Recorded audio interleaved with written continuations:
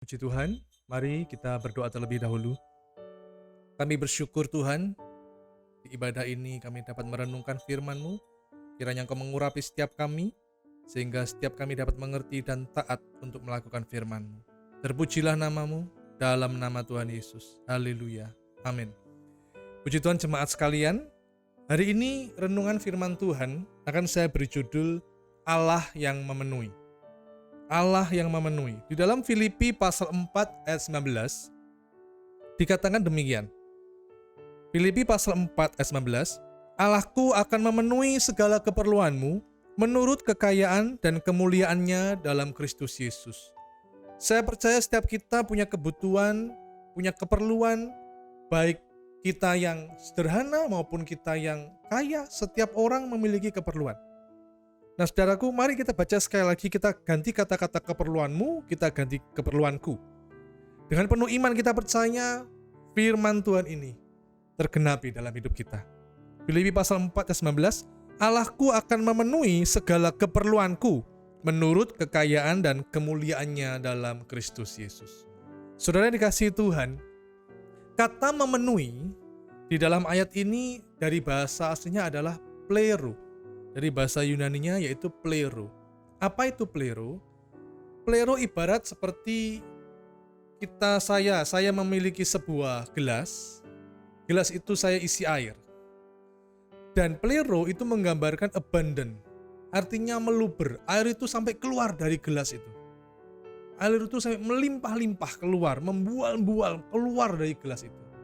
Saudara, Allah memenuhi keperluan kita itu bukan hanya sekedar berkecukupan, tapi meluber, melimpah. Karena Dia Bapa yang baik, Dia tidak ingin kita ini pas-pasan saja. Tapi Dia mau kita meluber, melimpah, abundant. Nah itu kata memenuhi. Namun muncul sebuah pertanyaan, kalau memang Allah memenuhi kita, melimpah, maka bagaimana dengan doa Bapa kami? Bukankah di doa Bapa kami ada tertulis, berikanlah kepada kami makanan kami pada hari ini secukupnya. Kok bertentangan ya? Tidak, saudaraku, tidak bertentangan. Saya akan menjawab kalimat ini di dalam doa Bapa kami berkecukupan, tapi dalam Filipi kok abundant, memenuhi, melimpah. Saya memiliki sebuah ilustrasi begini, saudara, untuk menjawab ini. Istri saya suatu saat dia masak mie. Dia masak mie goreng, lalu saya hanya mencium baunya dari kamar. Saya berpikir, oh ini istri saya lagi di dapur lagi masak. Tidak berapa lama selesailah itu mie goreng. Saya ke dapur, saya lihat di meja makan, wih, mie gorengnya banyak banget. Mie yang tadinya hanya kecil, hanya beberapa bungkus, begitu dibuat, dimasak, jadi meluber, jadi banyak. Maka saya bilang kepada istri saya, ini kebanyakan ini, kalau untuk orang-orang di rumah hanya 4 penghuninya. Dibungkus deh, bungkus berikan waktu jemput anak sekolah, diberikan ke Pak Satpam penjaga sekolah, lalu diberikan ke tetangga, diberikan ke teman, sampai akhirnya di meja makan kami cukup untuk kami sekeluarga. Nah saudaraku, artinya begini, kita yang diberkati Tuhan, keperluan kita dipenuhi Tuhan, melimpah, meluber, tapi jangan kita nikmati sendiri. Bagikan berkat itu. Bagikan berkat itu untuk saudara, untuk keluarga, untuk teman, untuk gereja, untuk siapapun yang Tuhan gerakkan. Tuhan menggerakkan hati kita untuk memberkati orang itu, berkati. Jangan kita nikmati sendiri. Kita bukan orang-orang yang kikir, kita bukan orang-orang yang pelit, saudara. Kita harus menjadi orang yang bermurah hati. Bapa yang baik yang di surga memberkati kita melimpah, mari kita salurkan. Sehingga kita sendiri cukup. Kita tidak boleh serakah, kita tidak boleh rakus. Kita berkati orang lain. Nah saudaraku, kembali ke ayat tadi. Allahku akan memenuhi segala keperluanmu menurut kekayaan dan kemuliaannya dalam Kristus Yesus. Semua kita pasti ingin Allah memenuhi keperluanku, kebutuhanku dipenuhi oleh Tuhan, aku ditolong Tuhan, Tuhan menyediakan. Semuanya kepingin seperti itu, saudara. Tapi ada bagian yang harus kita lakukan. Ya, bagian Tuhan, Dia memenuhi keperluan kita. Amin untuk hal itu. Tapi ada bagian yang harus kita lakukan. Jangan sampai kita hanya beriman, Allahku akan memenuhi keperluanku, Allahku akan memenuhi keperluanku. Tapi kita tidak berbuat sesuatu, bagaimana bisa? Saudaraku, Rasul Paulus menulis kitab Filipi ini terdiri dari 4 pasal. Dan yang kita baca adalah pasal terakhir, pasal 4. Dan kalau saudara lihat di pasal 4 terdiri dari 23 ayat. Kita baca hampir-hampir di ayat terakhir, ayat 19. Ya, terus ayat 23 selesai. Nah, maksudnya bagaimana? Paulus menyampaikan kepada jemaat di Filipi, dia menulis surat kepada jemaat di Filipi, kemudian di pasal terakhir dan hampir penghujung surat itu, dia memberikan sebuah kalimat menuliskan Allahku akan memenuhi keperluanmu, keperluan jemaat Filipi. Kenapa? Kok di penghujung surat Paulus memberikan pesan ini? Apa sebenarnya diperbuat oleh orang Filipi sampai-sampai Paulus ini memberikan kata-kata iman, tulisan iman ini bahwa Allahku akan memenuhi keperluanmu? Apa sebenarnya yang dilakukan orang Filipi? Nah, saudaraku, saya akan bagi 2 hal. Ya. Bagaimana supaya Allah memenuhi keperluan kita? Sama seperti halnya apa yang dilakukan oleh jemaat di Filipi sampai Paulus menuliskan hal ini. Yang pertama, kita lihat tetap di dalam Filipi pasal 4, ayat-ayat sebelumnya. Di ayat yang ke-10, aku sangat bersukacita dalam Tuhan bahwa akhirnya pikiranmu dan perasaanmu bertumbuh kembali untuk aku. Memang selalu ada perhatianmu, tetapi tidak ada kesempatan bagimu. Perhatikan kata-kata selalu ada perhatianmu, tetapi tidak ada kesempatan bagimu. Berikutnya, ayat yang ke-14. Namun baik juga perbuatanmu bahwa kamu telah mengambil bagian dalam kesusahanku. Ya. Jadi jemaat Filipi ini perbuatannya baik, bahkan mengambil bagian dalam kesusahannya Paulus. Ya. Coba lagi, maju lagi. Ayat ke-16. Karena di Tesalonika pun kamu telah 1-2 kali mengirimkan bantuan kepadaku. Saudara bayangkan jemaat di Filipi mengirimkan bantuan sampai dikirimkan. Berarti itu bukan sesuatu jarak yang dekat. Seperti di sebelah saya atau mungkin di depan saya. Kata-kata mengirimkan sesuatu yang memiliki jarak yang cukup jauh. Artinya apa, saudara? Dari ayat 10, ayat 14, ayat 16. Jemaat Filipi, jemaat yang penuh perhatian, jemaat yang sangat peduli kepada orang lain. Di dalam konteks ini, jemaat Filipi peduli kepada Rasul Paulus, peduli kepada pelayanan, peduli akan menjadi apa yang menjadi kebutuhannya Paulus. Saudara, poin pertama, kalau ingin Allah memenuhi keperluan kita, mari kita menjadi orang yang peduli. Kita menjadi orang yang penuh perhatian. Jangan kita bicara hal-hal yang besar, yang di luar sana. Kita mulai dulu perhatikan keluarga. Bagaimana dengan istri, suami, anak-anak, mertua, menantu, mungkin kakek, nenek, ipar, bahkan mungkin tetangga kanan kiri kita. Mari kita mulai dari lingkungan yang kecil selain keluarga adalah gereja. Apakah kita memiliki perhatian kepada gereja? Ada jemaat yang terlunta-lunta hidupnya, yang begitu menderita. Apakah kita mau menolongnya? Saudara, mari kita miliki hati yang peduli. Perhatian, kita bisa menolong mereka semampu kita. Selama kita digerakkan Tuhan untuk menolong orang itu. Suatu saat, saya pelayanan rutin di sebuah gereja. Dan karena rutin maka jemaat ada yang kenal saya, ada yang tahu. Lalu pernah saya datang di gereja itu. Begitu saya datang, jemaat ini seorang ibu, saya tahu orangnya sederhana. Bukan orang yang kaya, saudaraku. Sederhana banget kalau saya boleh bilang bahasa Jawanya itu mbok-mbok gitu ya. Mbok-mbok di gereja itu. Saya baru masuk gereja. Dia termasuk jemaat yang setia di tempat itu. Tiba-tiba saya dideketin dan dibilang begini, "Selamat ulang tahun Pak Bambang." Duh, kok tahu dia ulang tahun saya? Ya mungkin sekarang lewat media sosial orang bisa mengetahui ya ulang tahun seseorang, ulang tahun pernikahan, atau momen-momen tertentu, momen-momen spesial itu kan bisa dibagikan lewat medsos. Lah, mbok-mbok ini tadi mengucapkan selamat ulang tahun Pak Bambang, sambil dia itu memberikan saya hadiah. Hadiahnya itu ya kotak segini mungkin, saudaraku. Ya, kotaknya segini. Terus saya, apa ini? Dibungkus rapi, dibungkus bagus. Terus saya bilang terima kasih Tuhan berkati. Ya, sama-sama. Nah, lalu saya ibadah, saya menyampaikan firman Tuhan, dia mendengarkan, terus saya pulang. Sampai di rumah, saya cerita kepada istri saya, dan sebelum kami buka hadiah itu kami berdoa. Tuhan, kiranya Engkau memberkati ibu yang telah memberi saya hadiah ini. Kau berkati, Kau pelihara hidupnya. Saya buka hadiah itu, saudara. Saudara tahu isinya apa? Isinya kaos kaki, saudara. Kaos kaki. Saya tertawa bukan meremehkan pemberiannya. Saya tertawa karena betapa ibu ini memperhatikan saya. Sampai kaos kaki. Saya ingat kaos kaki itu karena rumah saya dekat pasar. Kaos kaki itu zaman itu dijual 15.000 dapat 3. Dan di lemari saya banyak kaos kaki. Tapi saya tidak menyepelekan, justru saya berdoa, ibu ini Tuhan berkati Tuhan. Dia memberi dari hal yang kecil, semampu dia. Dia memiliki perhatian kepada saya. Waduh, Tuhan berkati, hanya kaos kaki, saudara. Tapi dari situ saya melihat bahwa memperhatikan seseorang, menolong seseorang, care, peduli kepada seseorang, itu penting.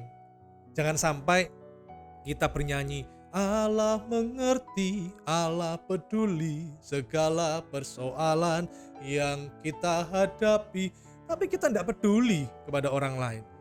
Kita tidak peduli kepada sesama. Kita mengaku mengasihi Tuhan, tapi kita tidak mengasihi sesama. Itu saya rasa omong kosong, saudara. Bagaimana kita bisa mengasihi Tuhan? Bahkan orang yang kita lihat saja kita tidak bisa mengasihi. Saudaraku, milikilah hati yang peduli, hati yang penuh perhatian. Sesuatu hal yang saya sampaikan ini mungkin tidak gampang, saudara. Apalagi kalau orang itu pernah menyakiti kita. Orang itu pernah memfitnah kita, mencelakai kita. Minta Roh Kudus untuk menolong kita. Supaya kita memiliki hati yang mengasihi dia. Hati yang mau memberikan pengampunan kepada dia. Berapa banyak keluarga yang hancur karena sudah tidak ada lagi perhatian. Anak-anak sudah pergaulannya sudah sangat bebas, rusak, saudara, karena tidak diperhatikan orang tua. Dulu suami istri waktu pacaran, waduh, sering sekali memperhatikan. Sedikit-sedikit merayu, sedikit-sedikit memberi hadiah, sedikit-sedikit memberi pujian. Sekarang banyak sekali terjadi keributan antara suami istri, bahkan tidak jarang berujung dengan perceraian. Kenapa? Karena sudah jarang atau bahkan mungkin tidak pernah memberikan perhatian, memberikan kasih. Semuanya sibuk dengan urusannya masing-masing. Semuanya sibuk dengan kepentingannya masing-masing. Saudara, mari kita mulai dari keluarga kita. Berikutnya gereja. Kemudian ke sesama di mana kita tinggal. Mulai pedulikan, miliki hati yang mau menolong, hati yang baik seperti jemaat di Filipi. Maka Allah akan memenuhi keperluan. Yang kedua, apa yang harus kita lakukan supaya Allah memenuhi keperluan kita, saudara? Yang pertama tadi, miliki hati yang peduli, penuh perhatian, suka menolong. Yang kedua, kita perhatikan ayat ke-17.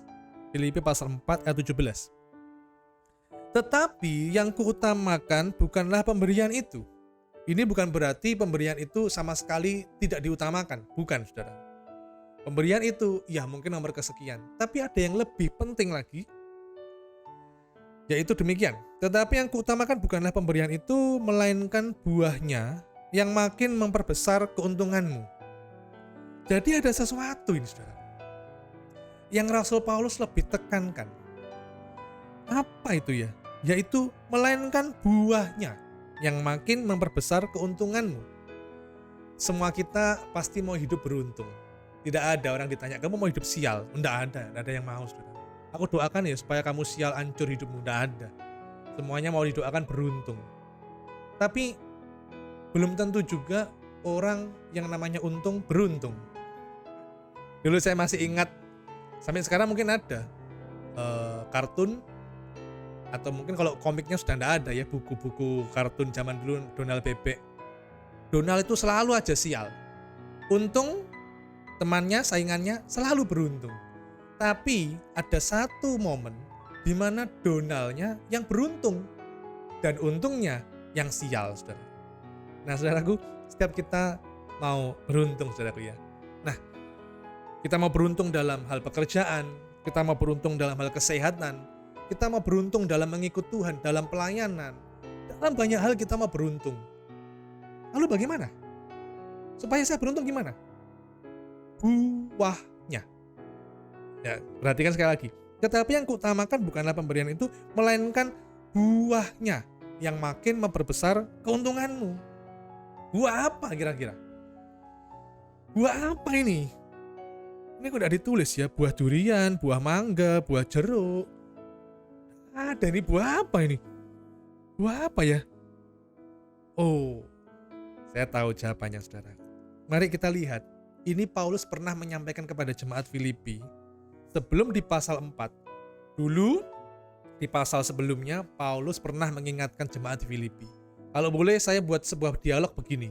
Paulus berkata kepada jemaat Filipi, ingat nggak? Dulu aku pernah ngomong loh ya. Buah, hasilkan buah itu. Jemaat Filipi gini, buah apa ya? Itu yang memperbesar keuntunganmu. Buah apa Pak Paulus? Loh, lupa. Filipi pasal 1 ayat ke-11. Ayo kita lihat. Filipi pasal 1 ayat yang ke-11. Nah, ini dia. Penuh dengan buah kebenaran yang dikerjakan oleh Yesus Kristus untuk memuliakan dan memuji Allah. Saudaraku, poin kedua, kalau ingin Allah memenuhi keperluan kita harus menghasilkan buah kebenaran. Dengan pertolongan Roh Kudus dikerjakan oleh Yesus untuk memuliakan dan memuji Allah. Hasilkan buah kebenaran, hidup dalam kebenaran. Itu poin kedua, saudara. Jadi jangan sampai kita ini masih senang dengan dosa, tapi menuntut hidupnya beruntung. Oh, tidak mungkin. Tidak mungkin, saudara.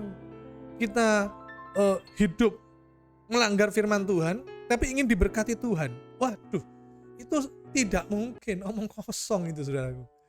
Jadi bila ingin hidup diberkati, beruntung, hidup dalam kebenaran. Karena itu setiap kita yang mendengar rekaman ini, mari kita cek. Kalau hari-hari ini kita hidup di luar kebenaran, mari bertobat. Datang pada Tuhan, Tuhan pasti mengampuni kita. Pasti diampuni, dikasihi Tuhan. Dia menunggu kita untuk bertobat, Dia menunggu kita untuk hidup benar. Dan sejak itu, setelah kita minta ampun pada Tuhan, kita bertobat, kita berjalan dalam kebenaran sesuai firman Tuhan, tidak menyimpang ke kanan, tidak menyimpang ke kiri. Meski saya tahu, saudaraku, ada orang-orang yang mengaku percaya Yesus, KTP-nya Kristen, belum tentu hidup dalam kebenaran.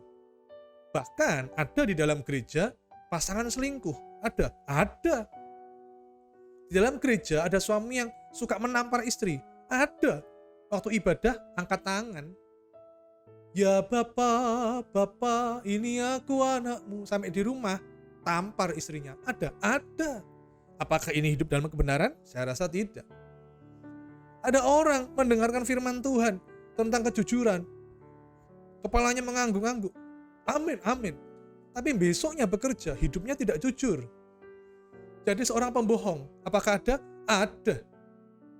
Kelihatannya di gereja rohani, waduh, benar-benar seperti malaikat. Tapi di luar gereja menjadi seperti setan, perilaku, sifatnya, kata-katanya, pikirannya, dan sebagainya. Ini bukan hidup dalam kebenaran. Saudara kasih Tuhan, minta pada Tuhan untuk kita dituntun dalam kebenarannya. Hidup dalam kebenaran Tuhan itu sangat indah, dan kita akan beruntung. Beruntung dalam pekerjaan, beruntung dalam keluarga, dalam pelayanan, dalam keuangan, dalam kesehatan, dalam banyak hal.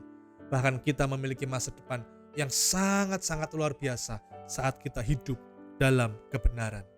Jadi bagaimana Allah memenuhi keperluan kita? Ada dua hal. Yang pertama, mari kita miliki hati yang penuh kasih. Hati yang punya perhatian, peduli. Tuhan menggerakkan hati kita untuk menolong seseorang. Tolong orang itu. Tuhan menggerakkan kita untuk menabur, memberkati orang itu. Tolong orang itu. Dan yang kedua, saudaraku, hidup dalam kebenaran. Menghasilkan buah kebenaran. Jangan kita keluar dari kebenaran itu. Memang hidup dalam kebenaran di tengah-tengah ketidakbenaran itu sesuatu yang sulit. Dunia ini penuh dengan kejahatan. Kita disuruh hidup benar, sesuatu yang sulit. Tapi sesuatu yang sulit bukan berarti itu tidak bisa kita lakukan. Bisa dengan pertolongan Roh Kudus dan pimpinan Roh Kudus. Mari hidup penuh perhatian dan juga hidup dalam kebenaran. Saudara, saya akan tutup dengan sebuah kisah. Beberapa tahun yang lalu Saya pelayanan di luar kota, lalu selesai pelayanan ada orang minta untuk saya mengunjungi di rumahnya karena ada anaknya yang sakit. Oke, saya ke sana bersama dengan teman saya. Begitu saya sampai di sana, saya masuk di ruangannya. Rumahnya sangat sederhana, sangat-sangat sederhana, saudara. Saya melihat di depan saya ada seorang anak yang berbaring di lantai begitu, tapi ada tikarnya itu, saudaraku ya. Ranjangnya ditaruh, kasurnya itu ditaruh di lantai gitu. Anak itu kepalanya besar, kukunya itu biru-biru kehitaman begitu, lalu sambil meringkik sambil kesakitan, saudara. Matanya keluar airnya merah begitu, saudara. Anak itu meringkuk, kira-kira saya perkirakan mungkin umur 10 tahun kurang lebih, dan sangat kesakitan. Lalu saya bersama teman saya masuk, ayahnya bilang, tolong Pak didoakan. Lalu waktu kita masih ngobrol-ngobrol dengan ayahnya, anaknya ini sakit apa, oh begini. Teman saya juga tanya, saudaraku. Maka saat itu saya digerakkan Tuhan untuk memberkati anak ini. Saya di dalam hati saya bertanya, Tuhan diberkati berapa? Tuhan diberkati berapa? Lalu Tuhan menyampaikan, ya yang ada di dompetmu. Berapa Tuhan? Ya semua. Kaget saya. Semua. Sungguhan Tuhan. Sungguhan. Waduh. Terus waktunya Bapak itu minta, tolong Pak didoakan. Lalu saya bilang kepada teman saya yang juga hamba Tuhan, saya mendoakan. Lalu dia berdoa, saudara. Di tengah-tengah berdoa saya masih pergumulan ini. Semua. Lalu tidak terasa tiba-tiba teman saya sudah amin. Saya belum mengambil keputusan antara semua. Bagaimana ini ya? Saya itu langsung mikir, waduh tahu gitu. Tadi malam saya belanja. Kenapa? Karena 1 hari sebelumnya di malam hari saya ini sudah membawa uang, saya masukkan di dompet, saya beli kebutuhan untuk 1 bulan. Jadi saya pergi di supermarket besar, saya beli kebutuhan untuk 1 bulan, baik kebutuhan untuk makan minum, untuk kebutuhan dapur, anak saya waktu itu masih kecil, kebutuhan juga susu kaleng dan sebagainya, itu saya ada di dompet itu uangnya. Ini 1 malam sebelumnya. Waktu saya masuk di supermarket itu, saya lihat di kasir, waduh penuh. Wah ini antri nih. Terus besok aja deh beli. Besok malam aja deh. Gitu ya. Kapan-kapan ya bisa lah, enggak apa-apa. Masih keburu kok. Nah akhirnya uang itu masih ada di dompet saya. Saya pulang. Besoknya saya pelayanan. Uang itu masih ada di dompet saya. Saya mendoakan, saya diminta mendoakan anak ini. Ada suara, berikan isi dompetmu berapa? Semua. Arti semua adalah ya yang semalam ada di dompet itu, saudaraku. Jadi belum saya pakai untuk belanja, saya Tuhan semuakah? Semuakah? Tapi terus suara itu ngomong, berkati anakku ini. Berkati. Dan saya masih belum mengambil keputusan, saudaraku. Lalu tidak terasa percakapan kita selesai. Ya udah, kami menuju ke mobil, ke parkiran. Terus Bapak itu sudah melambaikan tangan, terima kasih Pak Bambang, terima kasih gitu. Saya sudah masuk mobil, saya sudah melambaikan tangan. Tiba-tiba saya harus mengambil keputusan. Saya bilang kepada teman saya, tunggu di mobil. Saya mau masuk lagi ke rumahnya. Langsung saya masuk ke rumahnya. Bapak itu tadi kaget. Kenapa Pak Bambang kok balik? Saya keluarkan dompet, saudara. Saya berikan itu sudah. Yang ada di situ saya berikan. Baik yang merah licin-licin sampai yang hijau gambarnya Patimura bawa itu, saudaraku ya. Wah semua itu sudah saya berikan. Ya kecuali SIM sama STNK ya enggak ya. Ada itu ya, ATM juga enggak, saudaraku ya. Itu sudah. Yang ada uang yang ada di dompet itu saya berikan semua. Dan saya sudah enggak pakai, enggak mikir lagi, saudaraku. Bapak itu bilang, loh ini untuk apa Pak? Untuk apa Pak? Sudah ini untuk anak Bapak, untuk pengobatan, untuk apa? Pokoknya ini berkat Tuhan. Saya serahkan, langsung saya cepat-cepat saya pulang. Saya masuk ke mobil, saya pulang. Dari kejauhan Bapak itu menyampaikan, terima kasih Pak, terima kasih Tuhan berkati. Saya melihat dari raut wajah Bapak itu begitu sukacitanya, dapat berkat diperhatikan seperti itu. Ini saya digerakkan Tuhan, saudara. Dan apa yang terjadi? Ya udah, saya pulang.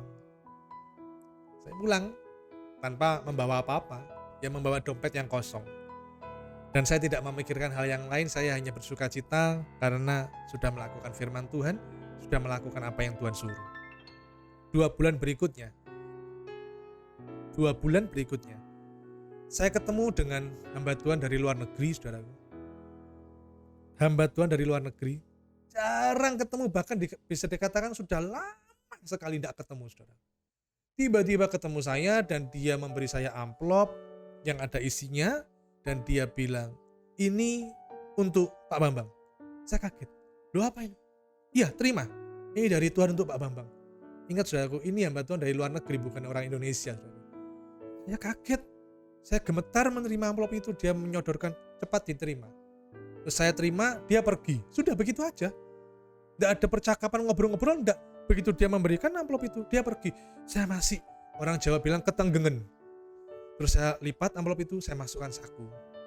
Begitu saya di rumah, berjumpa dengan istri, saya cerita, dan sebelum kami buka amplop ini, saudara, kami berdoa. Tuhan berkati hambamu, hamba Tuhan tadi yang sudah memberikan berkat untuk kami. Waktu kami berdoa, mengucap syukur untuk berkat yang kami terima, Tuhan mengingatkan saya, 2 bulan lalu, engkau memberkati seorang anak yang sakit, engkau memberikan seisi dompetmu. Dan hari ini, aku balas, aku berikan engkau penuaian. Dan saudara tahu, saya tuh ingat, beberapa bulan sebelumnya, saya ini berdoa supaya kamar saya itu ada AC-nya. Ya, kamar saya yang satu sudah ada AC-nya, tapi yang satunya belum ada AC-nya. Jadi kalau ada tamu datang, keluarga datang, masuk di kamar itu, aduh sumuk saudaraku ya. Sauna gratis di situ. Karena tidak ada AC-nya, saudara. Pengap sekali. Nah, beberapa bulan sebelumnya itu saya berdoa, Tuhan, berikanlah, tolong Tuhan supaya ada AC di kamar kami. Dan singkat cerita, begitu kita buka amplop yang tadi, jumlahnya persis tepat seperti harga AC yang kita incar, saudara. Saat itu juga kami beli AC. Tuhan memenuhi keperluan kami. Saudaraku, mari di penghujung khotbah ini bukan mendahulukan keinginan, tapi keperluan kita. Kebutuhanmu apa? Sampaikan kepada Tuhan. Lakukan bagianmu. Miliki hati yang peduli, penuh kasih, perhatian, suka menolong. Dan yang kedua, hidup dalam kebenaran, menghasilkan buah kebenaran. Tuhan Yesus memberkati kita. Mari kita berdoa. Terima kasih Bapa. Kami bersyukur Engkau Allah yang memenuhi keperluan kami. Tolong kami Roh Kudus untuk kami taat melakukan firman-Mu. Kami tahu kami sebagai manusia terbatas, tapi kami bisa karena Roh Kudus yang menolong kami. Roh-Mu yang tidak terbatas bekerja di dalam kami untuk kami melakukan firman-Mu ini. Terpujilah nama-Mu Tuhan. Kami bersyukur, kami terima keperluan kami sudah dipenuhi, melimpah, dan kami menjadi berkat, diberkati dan menjadi berkat. Terpujilah nama-Mu dalam nama Tuhan Yesus. Haleluya. Amin.